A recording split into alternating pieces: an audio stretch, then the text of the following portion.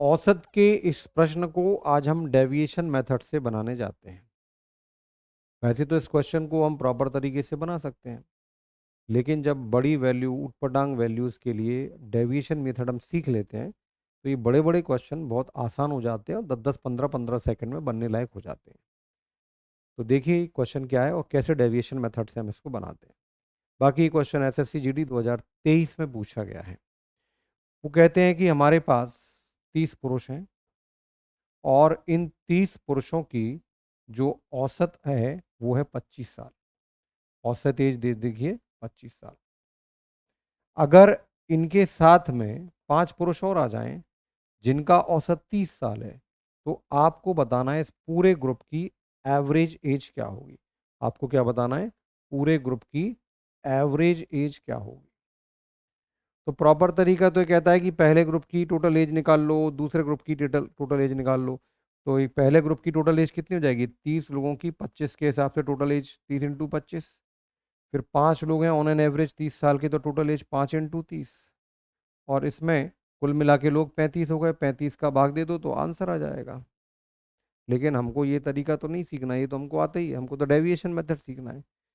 क्योंकि ऊट पटांग वैल्यूज पे बड़े बड़े सवालों में डेविएशन मेथड आपको तेजी से सेकंड्स में आंसर देगा।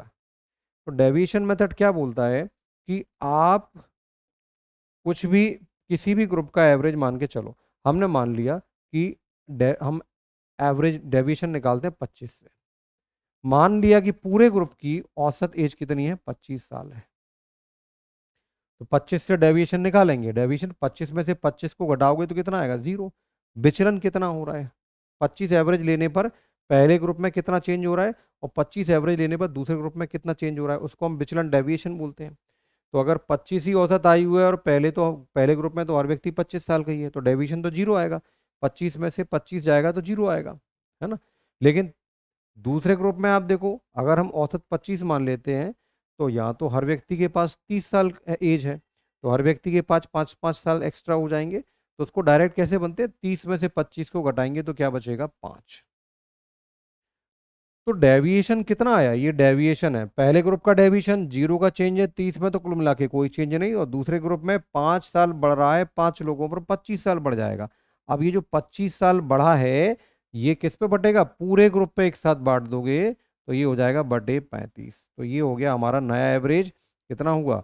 25 और प्लस 5 5 25, 5 7 35, 7 7 49, तो 0.7।